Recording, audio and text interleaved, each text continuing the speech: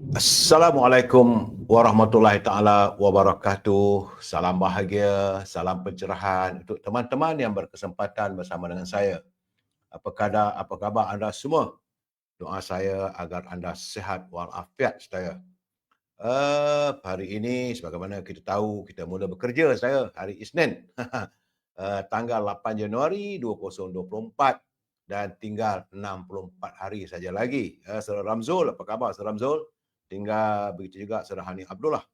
Tinggal 64 hari kita nak menyambut kedatangan Fajar Ramadan saya. Saudara Azrul Jalil, Saudara Zamari FC, terima kasih. Izzuddin dari Pulau Pinang, begitu juga Muhammad Nazri Syafi'i dari Alus Tak Kedah. No? Begitu Saudara Muhammad Asridir dari Kuantan, Saudara Nurliza, selamat malam. Dalam keadaan begitu, Saudara Azhar M, Saudara Hashim Atan, selamat malam semua. Begitu juga Abu Samah dan teman-teman yang tak sempat saya santuni, saya mohon maaf saudara. DZ Ketari sebab hari ini waktu mengejar kita saudara sebab saya ada tetamu yang saya akan coba buat live daripada Kota Baru Kelantan. Ada berjeli saudara, insya-Allah. Tapi biarkanlah ini admin membuat urusan. Dan saudara, ya Pak Aziz dari Kuantan, saudara Syarani Salamah, saudara Yusof Awang dari Tanah Merah Kelantan. Apa khabar Kelantan InsyaAllah sebentar lagi hamba bersiaran direct dari Kelantan dah. Saudara, jangan lupa ini hari yang ke-1387. Sudah 1387 hari ya saudara Soh. Kita Saudara Abdul Rahman dari Johor Bahru, Rusni Korengot dari Sarawak, Rahim Aim, begitu juga Hamzah Hussein, Saudara Ramli Karim dari Keluang, Saudara Hazamadin. 1387 hari COVID melanda negara kita. Saya minta agar teman-teman berhati-hati. Saudara, baik. Dalam suasana begini, jangan lupa saya harus menyantuni dalam segmen naluri kehidupan, saudara. Kerana saya bukannya ustaz yang bertauliah ataupun da'i, saudara. Puan Umi Kalsum, saudara Hazamadin Hazmin, saudara Muhammad Haji Wahab dari Pendang Kedah. Begitu juga Abu Samad Hashim, saudara Marabiah Abdullah, Muhammad Ali, saudara Razak Zaid, saudara Fazil, saudara Hapiri, dan teman-teman yang tak sempat saya santuni, saya mohon maaf, saudara. Kita masuk naluri kehidupan, saudara. Kerana sesungguhnya, saudara, tiada siapa dapat memberikan ilmu kepada kita, saudara. Perlu ingat, tidak ada sesiapa yang dapat memberikan ilmu kepada kita melainkan datangnya daripada Allah SWT. Ini kerana, saudara, Allah Maha mengetahui sedangkan kita serba kekurangan. Jadi oleh kerana pemberian ini datang daripada Allah, maka janganlah ada kalangan kita yang merasa cukup dan hebat dengan ilmu yang dimiliki. Jadi sudah semestinya ada lagi orang lebih tinggi, lebih hebat ilmunya berbanding dengan kita. Jangan kita angkuh, saudara. Dan jangan pula merasa diri sudah memadai dengan ilmu yang tinggi. Kerana insan yang tidak angkuh dan berasa ilmunya masih sedikit, mereka akan sentiasa meminta dan berdoa kepada Allah SWT agar dikurniakan kepada mereka ilmu yang berguna. Saudara, pencari ilmu pasti sedar. Ketika dia berjaya menguasai satu ilmu, maka semakin luas akalnya dan semakin banyak perkara yang belum dia ketahui. Alangkah sempit dan ruginya seorang itu apabila terus berpuas hati ketika selesai saja membaca salah satu ataupun dua buah buku, lalu terus menganggap dirinya hebat. Sebenarnya tak cukup, saudara. Jadi, saudara, perlu banyakkan bersyukur dan insaflah bahawa ilmu itu datang daripada Allah SWT. Saudara, kita masuk segmen Mutiara Kata. Ini kiriman sahabat saya, Datuk Sri Ali, mantan Ketua UMNO Bagan Ceras. Katanya, kematian itu boleh terjadi pada bila-bila masa. Sama ada yang muda ataupun yang tua, yang sihat atau yang sakit. Oleh itu, saudara, persiapkanlah persediaan kita kerana dunia ini adalah sementara cuma. Terima kasih Datuk Sri Ali mengingatkan kita semua dalam mutiara katanya. Dan saya tetap mengingatkan pimpinan negara agar janganlah berbelanja wang negara tanpa had kerana kita bimbang dan khawatir. Kalau wang negara dibelanjakan tanpa had, maka negara boleh muflis. Saudara, pada teman-teman yang menyunting semula live saya ini, saya izinkan, tak ada masalah, saudara. Asalkan anda harus bertanggungjawab atas setiap suntingan yang anda lakukan. Kerana saya tak mampu untuk memantau setiap suntingan yang anda lakukan. Ingat, saudara, ini adalah pencerahan politik, matlamatnya untuk memberi maklumat ataupun informasi pada teman-teman semua, saudara. Dan bila saya memberi pencerahan ataupun tetamu saya memberi pandangan, kita mesti bersetuju untuk tidak bersetuju, saudara. We must agree to disagree. Itu prinsip kita. Kalau tak bersetuju, nak menyantuni, boleh. Tapi gunakanlah bahasa-bahasa yang baik kerana kita adalah warga cinta damai, saudara. Setiap masalah kita santuni secara harmonis. Baik, saudara. Permulaan, saya laporkan kajian cuaca sekarang ni. Menurut laporan Jabatan Kaji Cuaca, bau ribut petir, hujan lebat dan angin kencang dijangka berlaku di Kedah, iaitu di Yan, Kuala Muda, Kulin dan Bandar Baru. Begitu juga di Pulau Pinang, itu di seberang Perai Selatan. Di Perak, iaitu di Krian, Larut, Matang, Selama, Hulu Perak, Kuala Kangsar, Manjung dan Perak Tengah. Sementara itu di Kelantan, saudara, hujan ribut petir dijangka berlaku di sekitar kawasan Gua Musang. Di Pahang, itu di Lipis, Laut, Bentung dan Temerloh. Sementara di Selangor, itu di Hulu Selangor dan Gombak. Negeri Sembilan, itu di Port Dickson, Rembau dan Tampin.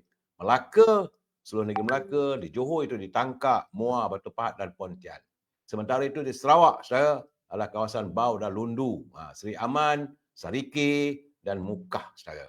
Baik, saudara, laporan saya terima saat ini di Johor Bahru, mangsa banjir di Johor meningkat, terus meningkat pada 7,500 orang daripada 2,108 keluarga. Kalau saya dengar tu bunyi guruh tu di kawasan rumah saya ni, pumpam. Dan terdapat 6 daerah terjejas setakat jam 4 petang tadi, berbanding cuma 7,458 saja mangsanya pada jam 2 petang tadi. Menurut pengurusi Jawatankuasa Pengurusan Bencana Negeri, Tan Sri Dr. Azmi Rohani, yang juga merupakan Setiausaha Kerajaan Negeri Johor, Kota Tinggi kekal menjadi daerah paling terjejas dengan banjir. Saudara, menurut beliau, mangsa banjir yang terjejas Kota Tinggi terus naik, terus meningkat kepada 4,397, saudara. Ini diikuti dengan Johor Bahru yang mencatatkan ada sedikit pengurunan, iaitu 1,271. Di Kulai pula kekal dengan 86 mangsa. Di Keluang, iaitu 1,680 mangsa. Di Segamat merekodkan peningkatan kepada 60 mangsa, saudara. Itu di Pontian pula kekal dengan 17 mangsa. Ini di Johor, saudara. Tapi bagaimanapun, saya dipahamkan bahawa bandar Kota Tinggi seolah lumpuh, saudara, macam lautan. Kawasan sekitar pusat bandar Kota Tinggi memang saudara hampir lumpuh apabila kebanyakan jalan utama ditenggelami air. Banjir sejak malam tadi. Keadaan banjir semakin buruk. Susulan fenomena air pasang penuh bermula jam 9 malam tadi. Dan malam ini tak tahu lagi saya, mungkin meningkat lagi kerana fenomena air pasang penuh ini akan terus meningkat, saudara. Banyaklah jalan-jalan yang terpaksa ditutup oleh semua kenderaan, saudara. Jadi sebab itu pihak polis, menurut Ketua Polis Daerah Kota Tinggi, Superintendent Hussein Zamora, katanya beberapa jalan di pusat bandar seperti Jalan Tun Sri Lanang hingga kawasan jambatan selain Jalan Abdullah dan Jalan Niaga Utama masih dinaiki air menyebabkan tidak dapat dilalui semua kenderaan kecuali bot penyelamat saja. Sebab itu beliau menasihatkan pada pengguna-pengguna jalan raya untuk mengelak ataupun saat ini katanya sukar untuk masuk ke pusat bandar di Kota Tinggi. Sementara itu di Pahang, saudara, di Kuantan, laporan daripada Kuantan melaporkan sejumlah 1,075 mangsa banjir di 24 pusat pemindahan sementara di 3 daerah, iaitu di Pahang, iaitu di Rompin, Pekan dan Maran. Menurut Sekretariat Jawatankuasa Pengurusan Banjir Pahang, jumlah menunjukkan peningkatan berbanding cuma 749 saja mangsa jam 11 malam tadi, saudara. Maran merekodkan jumlah mangsa tertinggi iaitu 440 orang. Rompin membabitkan 403 orang. Dan Pekan pula membabitkan 232 mangsa, saudara. Keadaan sungai di Sungai Pahang, di Kuala Sungai Cini dan Sungai Mentiga, di Jambatan Pekan, Sungai Jempur, Rancangan Felda, Jengka dan Sungai Luit, nampaknya keadaan sungai itu air terus meningkat. Jadi saudara, berhati-hati. Baik saudara, kita masuk khabar dari Gaza, saudara. Kabarnya sekarang ni WHO, Pertubuhan Kesihatan Sedunia, memaklumkan pihaknya terpaksa membatalkan misi membawa bekalan perubatan ke utara Gaza semalam kerana gagal menerima jaminan keselamatan. Ini adalah kali keempat, saudara, WHO cuba untuk membawa masuk bekalan perubatan di Gaza tapi terpaksa dibatalkan kerana dibimbangi mereka yang ubat itu akan mengalami serangan daripada Zionis di Gaza, saudara. Sebab itu WHO berkata pengantaran yang dirancang itu bagi mengekalkan operasi 5 hospital di bahagian utara Eklaf masih lagi belum dapat terlaksana, saudara. Dan saya amat sedih, saudara, melihat gambar-gambar, saudara, bagaimana katanya dari Tahiran laporannya purata lebih 10 orang kanak-kanak Palestin mereka kehilangan satu atau kedua kaki mereka pada setiap hari sejak Zionis melancarkan serangan ke atas Gaza pada 7 Oktober lalu, saya. Menurut tabung kanak-kanak Pertuan Bangsa-Bangsa Bersatu, lebih 1,000 kanak-kanak di Gaza mengalami amputasi pada satu atau kedua kaki mereka dalam tempuh tersebut. Amat menyedihkan, saudara. Anak-anak kecil yang tidak berdosa, mereka kehilangan kaki, kudung tangan dalam usia yang begitu muda. Saudara, saya sedih ya, tak mampu saya nak tengok gambar bila tengok begitu. Bagaimana, bayangkanlah, saudara, anak kecil tidak berdosa. Begitulah kejamnya tentera Zionis yang tidak berhati perut melakukan tindakan sebegitu kejam, meledakkan bom. Mereka harus berhutang kaki, berhutang nyawa pada anak-anak. Malahan anak-anak kecil berebut-rebut makanan, saudara. Makanan semakin berkurangan. Maka warga Gaza pastilah berada dalam kebuluran dalam musim sejuk begini, saudara. Dan saya mendapat laporan bahawa Sekretari Negara Amerika Syarikat, Antony Blinken, beliau memberi amaran bahawa perang di Gaza sudah menunjukkan tanda-tanda ia bakal merebak ke lebih luas lagi dan ini mengancam keselamatan di Asia Barat. Sebab itu beliau mahukan supaya gencatan senjata dapat dilakukan sesegera mungkin. Blinken turut memberi amaran bahawa Israel wajib melakukan segala usaha yang mungkin untuk melindungi orang awam di tengah-tengah krisis kemanusiaan yang semakin meruncing dengan ditambah pemindahan besar-besaran di Gaza. Jadi sekarang ini setiausaha kerajaan Amerika berada di Timur Tengah untuk menangani persoalan di Gaza. Malahan baginda Raja Jordan sendiri menggesa supaya beliau mendesak Blinken supaya campur tangan dan segera melakukan gencatan senjata di Amerika di Gaza, kerana baginda juga tahu bahawa tentera Israel ini memanglah di belakang mereka adalah kerjanyaan daripada Amerika. Sebab itu baginda Raja Jordan mahukan, Raja Abdullah mahukan peperangan ini segera ditamatkan, kalau tidak ia akan merebak keterusnya, saudara. Baik, saudara, itulah laporan dari Gaza yang sementara. Saya nak cuba bersiaran hari ini bersama dengan sahabat saya dari Jeli, iaitu sahabat saya, saudara Wan Mahusin. Assalamualaikum, Wan. Waalaikumsalam warahmatullahi taala wabarakatuh. Wah, kau lawanya kacak bagai ya adik hamba ni dek. Alhamdulillah. Tapi nampak bersemangat. Wan berada di Jeli ya? Saya berada di Kota Baru tu. Oh, Kota Baru. Bagaimana Kota Baru? Banjir Hari tak? ni di Kubang Krian. Banjir? Tak banjir. Hari ni dah panas. 2-3 hari lepas dah panas. Alhamdulillah dah kemarau. Saudara, saya laporan ni saya cuba lintas langsung, saudara, dari studio saya. Orang kata studio saya ni disponsor oleh orang, tapi sebenarnya tidak, saudara. Wan, orang tuduh saya dapat sponsor, Wan. Siapalah nak bagi duit kat kita, Wan? Orang tak tahu perjuangan kita dah. Itulah. Tak apalah orang boleh tuduh macam-macam lah pada kita, kan? Saya Naik okey ke tak?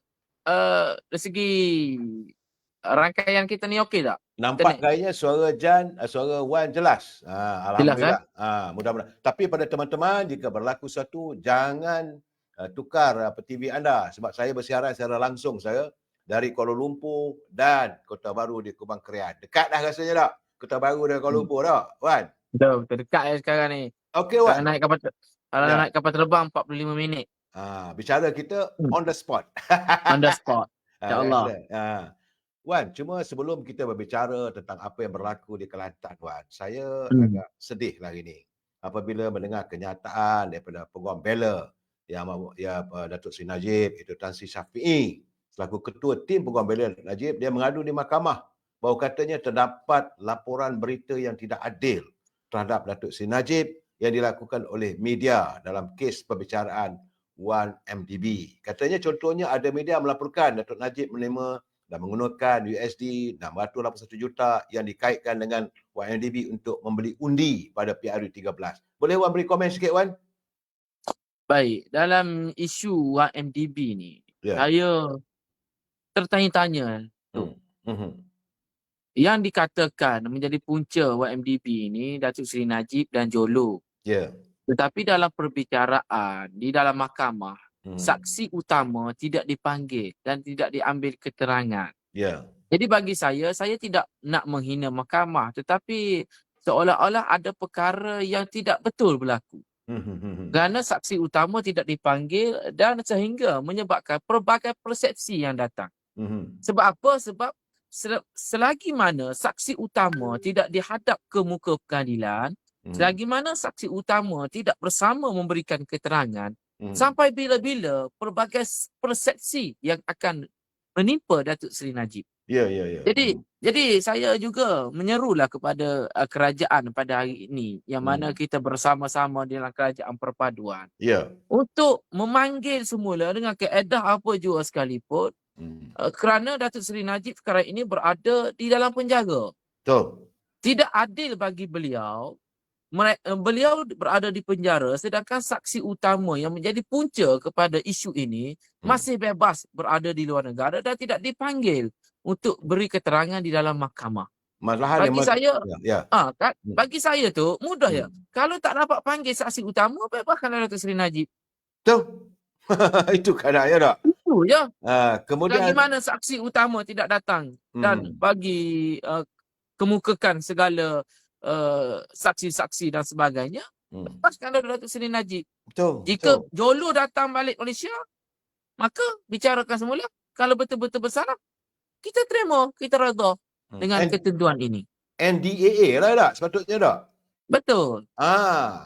Not guilty. Tapi subjek kalau ada saksi kemudian bukti-bukti baru kemudian bawa balik ke mahkamah, sepatutnya begitu. Saya pandangan saya. Betul. Tapi kita nak komen lebih nanti contact of court Wan. Kita pun kena berhati-hati tak? Betul lah.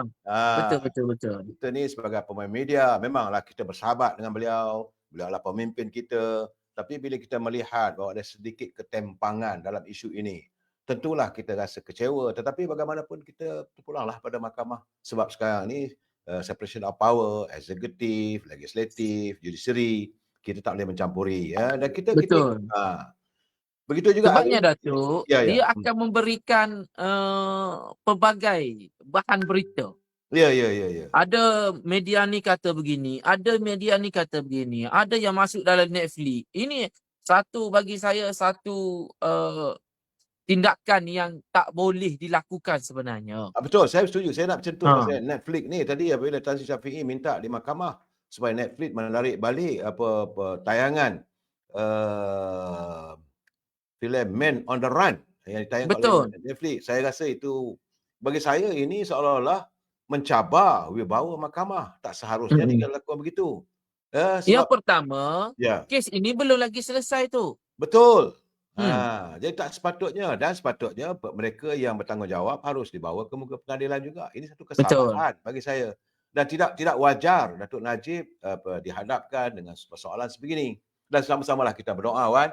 Kita hanya boleh menyuarakan, kan. Ada kawan-kawan mengatakan seolah kita tak bersimpati dengan Datuk Najib. Bagi saya itu tak betul. Kita jauh lebih bersimpati. Tapi kadang-kadang ada waktunya, ada benda-bendanya, kadang-kadang kita ada batasan-batasan tertentu. Tak gitu kan? Betul. Kita tak bolehlah melangkaui undang-undang, kita tak boleh melangkaui segala-galanya.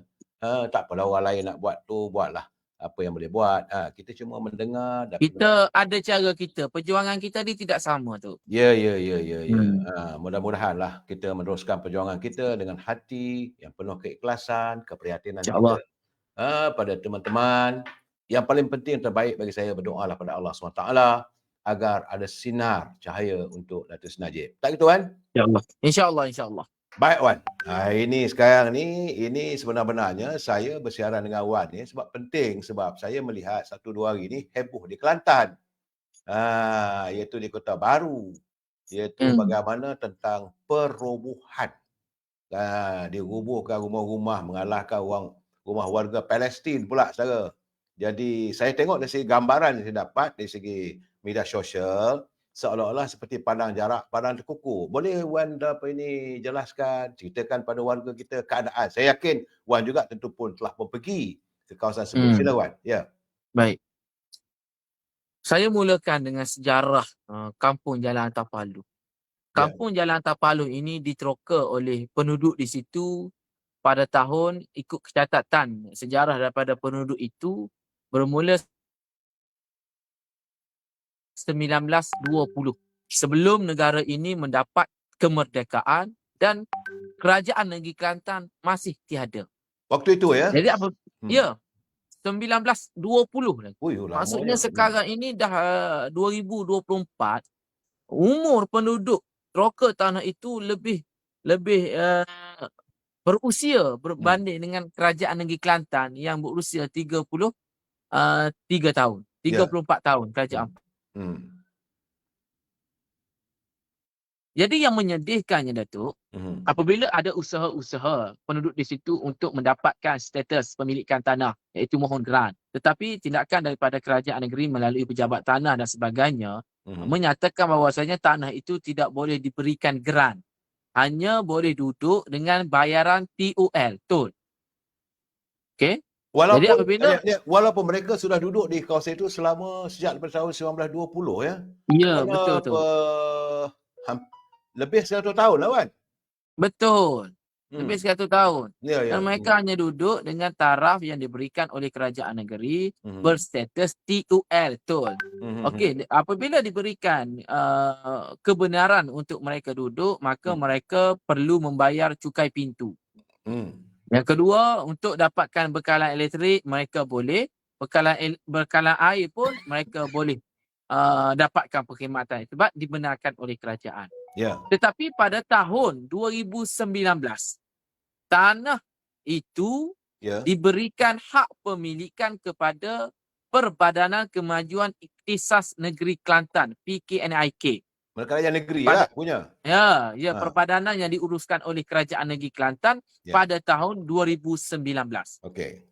Tetapi notis yang dikeluarkan oleh PKNIK kepada penduduk-penduduk untuk mengosongkan kawasan tersebut apabila PKNIK menggelarkan penduduk sebagai penceroboh. Inilah masalahnya. Dan pada tahun 2015, ketika Allahyarham Tok Guru Ni Abdul Aziz menjadi Menteri Besar Kelantan, beliau membuat perasmian pecah tanah di kawasan tersebut untuk membina perumahan, iaitu Pangsampuri, yang berharga RM160,000 di kawasan Jalan Atapalu. Tetapi bagi penduduk asal Jalan Atapalu, mereka diberikan rumah Pangsampuri dengan harga RM50,000 sahaja. Itu tawarannya lah. Tawarannya lah. Yes. Ya, tawaran oleh kerajaan negeri pada ketika itu. Dan mereka disediakan rumah transit, rumah mampu milik Kampung Badang untuk mereka menginap sementara sebelum Pangsampuri itu siap dan boleh didiami dengan harga RM50,000. Jadi persoalannya sekarang ini, pihak PKNIK telah pun memberikan satu notis kepada penduduk tersebut untuk mengosongkan pada tahun 2020. Ketika negara kita dilanda COVID-19. Jadi pada ketika itu, rakyat diarahkan keluar dalam tempoh 30 hari, sedangkan rumah Pangsampuri yang dijanjikan tak buat lagi, dan rumah sementara, rumah transit pun belum lagi ada dan siap. Wan, saya dalam keadaan begini, saya teringat waktu perjuangan saya, waktu saya dalam pergerakan pemuda UMNO dululah. Di kawasan saya di Jalan Kuchai Lama. Memang begitu, memang kita, tapi masa itu dengan syarikat swasta, bukan milik kerajaan, Wan, kan? Dengan swasta ya. Dan kita sampai ke mahkamah dan sebagainya, akhirnya kita mencapai persetujuan, bermakna dia membina rumah itu dengan harga masa itulah. Wan bayangkanlah, Wan, rumah di Kuala Lumpur, Wan, bukan Pangsampuri lah, walaupun rumah flat dia katakan ya, cuma RM25,000. Tetapi di sebalik RM25,000 rumah itu, dia kena bayar pampasan, Wan. So itu kira rumah itu mereka, kawasan tempat tinggal mereka di Jalan Kuchai Lama, Tuan, sekitar tahun 70-an. Bukannya daripada macam nanti kalau nak rekod 1920, ini 70-an, Wan. Dia tinggal tahun 70-an dan masa kita berjuang tu sekitar tahun 1982. Artinya dalam tempoh 15 tahun lah dia tinggal di situ, pun pemaju perumahan itu terpaksa menyediakan satu rumah untuk mereka dengan harga RM25,000. Itu satu. Yang kedua, ada pampasan sejumlah RM7,000. Ya, di mana saya mencadangkan supaya daripada pampasan RM7,000 itu digunakan sebagai bayaran untuk kalau RM25,000 guna untuk bayar duit mukanya, RM25,000 tolak RM7,000, tinggal lagi RM15,000 kan. Dan ada pula lagi kos pemindahan RM5,000 kan. Jadi kos pemindahan RM5,000 untuk mereka tinggal di kawasan penempatan sementara. Itu yang saya marah dulu tu bila dia orang mengatakan itu kawasan rumah panjang. Saya kata kita ni bukannya di Sarawak, kita di tengah kota raya Kuala Lumpur. Bagaimanapun, pemaju tetap menyediakan kawasan sementara di berhampiran dengan kawasan itu dengan kos pemindahan RM5,000. Jadi artinya rumah dah siap dan saya minta supaya pemaju memastikan, kerana maklum sajalah setinggal di Kuala Lumpur ni Wan, mereka tidak mempunyai pekerjaan tetap. Ada yang bawa teksi, ada yang kerja kilang, ada yang jadi buruh dan sebagainya. Kan? Susah untuk mendapat pinjaman daripada bank.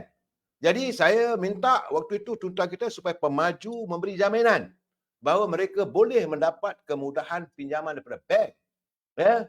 Dan Alhamdulillah sehingga saat ini rumah tersebut sudah pun siap, mereka tinggal dengan baik, keluarga, dan telah pun bayar habis pun dah. Dari 1982 sekarang ni itu dah habis bayar awal kerana dah ini. Jadi sebab bila saya dengar keadaan perubahan begitu, saya terkejut. Sebab itu saya telefon Wan, saya kata kita buat live, kita nak cerita sebenar. Macam mana Wan? Teruskan lagi Wan. Baik. Jika zaman Datuk dibayar duit untuk pemindahan RM5,000, yes, bagi lagi pampasan dan sediakan rumah untuk mereka diami walaupun kena buat loan. Betul. Tapi itu berlaku kepada syarikat swasta, betul tak tu? Betul. Kelantan ini diuruskan oleh Perbadanan Kemajuan Iktisad Negeri Kelantan, PKNIK, adalah sebuah perbadanan yang diuruskan oleh Kerajaan Negeri Kelantan. Duit perpindahan rumah disediakan RM5,000 pada zaman Datuk. Tapi zaman 2020, 2019 dan 2024 ini Datuk, PKNIK hanya memberikan RM500 sebelum keluar dan RM500 selepas keluar. Tidak ada duit pampasan, tidak ada rumah gantian dan tidak disediakan rumah transit. Ini kita bercakap di negeri Kelantan yang dipimpin oleh pemimpin yang kononnya berbelit serban, berjubah panjang tetapi zalim terhadap rakyatnya sendiri.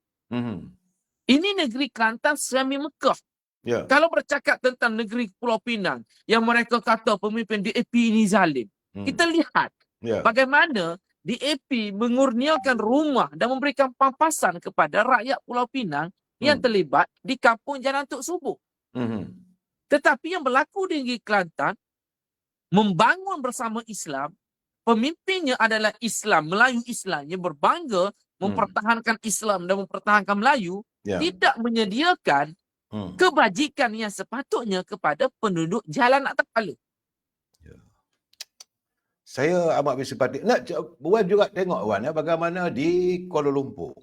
Lagi juga di Kuala Lumpur. Memang kawasan setinggal ini setinggal yang baru duduk Wan. Dia bukan tinggal macam kalau dah atas kampung Paluh tu memang tak sepatutnya lah. Sebab mereka boleh dianggap penduduk asal sebab sebelum negara merdeka. Kan? Kalau dah selama mencakap kemerdekaan, ada akta tanah dan sebagainya, bolehlah juga bolehlah dia jadikan argument bolehlah digelar mereka ni sebagai setinggan.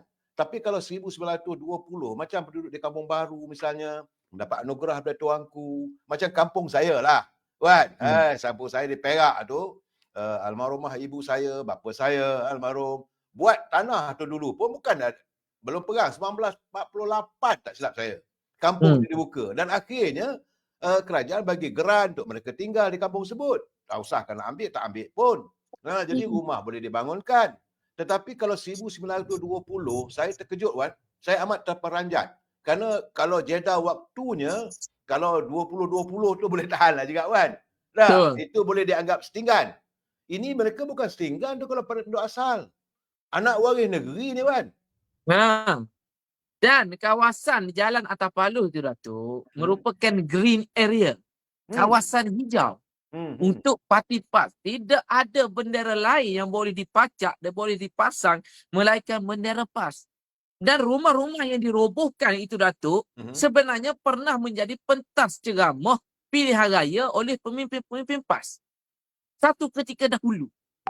Dan lebih menyedihkan, bila rakyat perlukan pemimpin untuk mendengar keluh kesah, tak ada seorang pemimpin yang sanggup berjumpa dengan penduduk Jalan Atapaluh untuk mereka dengar kekeluhan, apa panggil, perasaan yang hendak dilontarkan oleh penduduk Jalan Atapaluh. Termasuklah ahli Parlimen Kota Baru, Datuk Seri Taqiyuddin Hassan, dan bekas Adun Kota Lama, iaitu Anwar Tan, tidak sanggup berjumpa dengan penduduk Jalan Atapaluh, walaupun penduduk Jalan Atapaluh itu bersetuju untuk membayar waktu pemimpin tersebut untuk berjumpa, walaupun 1,001 jam mereka sanggup bayar. Okey. Dan saya nampak, tapi yang Muhammad Hafizah, iaitu Adun Kota Baru Lama, itu daripada parti Amanah tak? Ya, betul. Tapi nampak kali dia hadir tak, Wan? Dia hadir. Okey, baik Wan. Saya untuk memberi penjelasan. Tapi bukan mewakili kerajaan negeri lah. Ya. Of course lah, dia parti pembangkang lah. Tentulah dia anggap sebagai wakil pembangkang. Tapi saya rasa begini, Wan, untuk memberi penjelasan, untuk melihat bagaimana keadaan perobohan itu dilakukan, supaya warga dapat melihat. Saya admin ada tak gambar apa video? Tak ada. Dah ditunjukkan tu. Dah ditunjukkan dalam live. Tak, dia ada, saya nak tengok. Video tak ada. Tak boleh. Gambar aje. Dan untuk makluman, Datuk, dan para penonton, kampung Jalan Atapaluh ini lebih kurangnya jarak 300 hingga 400 meter. Rasanya lebih kurang lagi dengan Masjid Muhammadi Kota Baru. Astaghfirullahalazim. Dan penduduk Jalan Atapaluh itu merupakan korea kepada masjid tersebut. Dan saya tengok, rumah tu, kalau tengok dari segi struktur rumah itu, bukan setinggan tu. Mana bukan setinggan tu? Bukan. Kalau setinggan, mana boleh masuk elektrik, mana boleh masuk air. Itu masalah. Dan mereka membayar cukai pintu. Bayar cukai pintu tu. Astaghfirullahalazim. Kenapa begitu? Saya tak mau menuduh kata zalim sebagai tidak, tapi saya tengok struktur bila gambar yang ada sekarang ni, Wan. Saya tengok gambar tu atap zinc, rumah kayu, tentulah kayu tu jenis kayu yang baik-baik. Artinya dibangunkan oleh keluarga ataupun arwah-arwah terdahulu. Saya rasa tentulah waris mereka, anak-anak cucu mereka, bila balik raya, mesti dapat mengimbau, nostalgia masa silap. Sekarang ni benda dah jadi, kalau padang jarak, padang terkukur tak, Wan? Padang jarak, padang terkukur. Astaghfirullahalazim. Kenapa begitu sekali perasaan mereka, Wan? Apakah mereka tidak mempunyai keprihatinan? Apakah mereka tidak mempunyai keluarga? Apakah mereka yang berkuasa, yang masih mempunyai kuasa? Apakah ini yang dijanjikan? Saya soalnya orang berarak dan sebagainya, itu soal biasalah, menunjuk-nunjuk perasaan. Tetapi bagi saya melihat bila rumah diroboh, saya tak sampai hati melihat perobohan tersebut. Bila saya tengok jentolak dengan ganasnya. Wan bayangkan kalau rumah you dekat Jeli tu, tiba-tiba ada datang jentolak, robohkan benda begitu. Tentulah, saya tak boleh terima benda begitu. Sebab dia bukan soal rumah, dia soal nilai. Nostalgia itu. Nostalgia. Ini, dan sebab itu saya katakan bahawa dalam keadaan sekarang ni, apakah kita menjadi pengemis di bumi kita sendiri? Nampak gayanya begitulah keadaannya. Ini yang saya katakan, bila anak kecil main api, akhirnya nenek moyang kaya raya, rumah cantik apa semua, dia rubuh begitu saja. Akhirnya kita terpaksa jadi pengemis di bumi sendiri. Itu yang saya cukup sedih. Ya, sila, Wan. Dan yang paling menyedihkan ia adalah berlaku di negeri Kelantan. Jika di Pulau Pinang, kerajaan negeri mampu sediakan rumah teres kepada rakyat sebagai ganti di jalan kampung Tok Tubuh. Dengan nilai pampasan RM30,000 diberikan secara tunai. Rumah bagi dan pampasan RM30,000. Sepatutnya kerajaan negeri Kelantan boleh bagi lebih lagi. Betul. untuk menunjukkan ini cara Islam yang sebenarnya. Berbaloi dengan penerokaan mereka pada tahun 1920-an. Berbaloi dengan mereka menjadi ahli Qaryah masjid. Berbaloi dengan mereka bayar cukai pintu. Berbaloi mereka yang membangunkan kawasan tersebut sehingga kan ada kedai runcit yang meningkatkan sosioekonomi di kawasan Kota Baru. Tetapi alangkah sedih dan hiburnya apabila hanya mereka bayar RM500. RM500 sebelum keluar, RM500 selepas keluar. Itu bukan papasan tu. Ya, Itu ya. digelar wang penghalauan. Bukan wang papasan. Bukan Wang penghalauan. penghalauan. Pengusiran. Wang pengusiran. Pengusiran. Warga bangsa Pengusiran. diusir daripada kampung halamannya sendiri. Yes. Dan wang itu adalah wang penghinaan buat warga penduduk Jalan Atas Palu. Apa kata anak-anak cucu mereka bila dengar begitu? Allahu Akbar. Saya kecewa apabila kita berbangga dengan pentadbiran Islam, tetapi bila implementasi kita tidak tunjuk cara Islam yang sebenar. Ya. Islam tidak ajar begitu. Kalaupun mereka duduk itu tanah bukan milik mereka, tetapi nilai harga rumah itu bukan RM500. Nak angkat, nak buang kayu, nak buang zinc, nak buang jendela untuk dibuat rumah yang baru. Tak lepas dengan harga RM500. Nak sewa lori pun tak mampu. Betul lah. Betul kata Saudara Rahim Aim, dia kata wang untuk sewa lori pun tak lepas. Tak lepas. Aduh. Nak buka lagi dinding-dinding rumah. Lepas tu kalau nak sewa rumah, nak bayar deposit rumah. Mana ada dah RM500 bayar deposit dekat Kota Baru? Allah, mana ada, Wan? Ini betul-betul miskin tegar kalau terpaksa duduk dekat kawasan Kota Baru dengan RM500 tu. Tak ada. Tapi kerajaan negeri Kelantan bagi saya sangat-sangat zalim lah tu. Tak, gini, sungguh pun rakyat duduk di atas tanah milik kerajaan. Kerajaan yang memberi kuasa sama ada nak membiarkan rakyat duduk secara aram ataupun tidak. Sebab kuasa geran itu kerajaan berhak bagi. Milik ataupun tak boleh bagi tempat itu. Boleh bagi tempat lain untuk rakyat. Sediakan tanah, penempatan yang baru. Kesian tu. Betul. Saya tengok sedangkan waktu yang sama dalam 2-3 minggu lepas di Kuala Lumpur, di kawasan Wangsa Maju kan, bagaimana tanah itu dah dibeli dan milik hak swasta dan ada penduduk di kampung Sri Setia kan, Setiajaya, kampung Setiajaya. Setiajaya. Mereka diarahkan pindah, ada court order dan sebagainya. Tapi masih ada perundingan itu dengan swasta kan. Ada perundingan, akhirnya apabila campur tangan ahli parlimen di kawasan itu, campur tangan yang berhormat Menteri Wilayah. Ya, dan akhirnya mereka diizinkan tinggal dulu dan akan disediakan rumah transit sebelum disediakan rumah untuk satu pangsapuri untuk mereka. Saya terus terang saya beritahu kepada teman-teman pelayar-pelayar, tidak berhasrat niat saya untuk memperkecilkan ataupun untuk menghina kerajaan, pimpinan di negeri Kelantan. Tak ada niat saya. Tapi bila saya melihat, saya tak boleh, Wan. Saya sebagai pejuang rakyat, Wan, saya akan melihat kalau sesuatu yang berlaku apabila rakyat dizalimi, dalam bahasa Inggeris dia kata, I cannot accept it. Di bumi saya sendiri. Sebab kita warga warisan merdeka. Kita anak-anak merdeka. Bayangkanlah, Wan, saya yakin ada juga di kalangan. Google Meet kita akan tamat tu. Kena Google Meet kita ni akan tamat. Kita kena buat yang baru. Sebab 1 jam kan? Tak apa, it's okay. Tak apa, Abah. Dah terus saja. Asalkan boleh-boleh lah tu. Terus lah. Kalau ni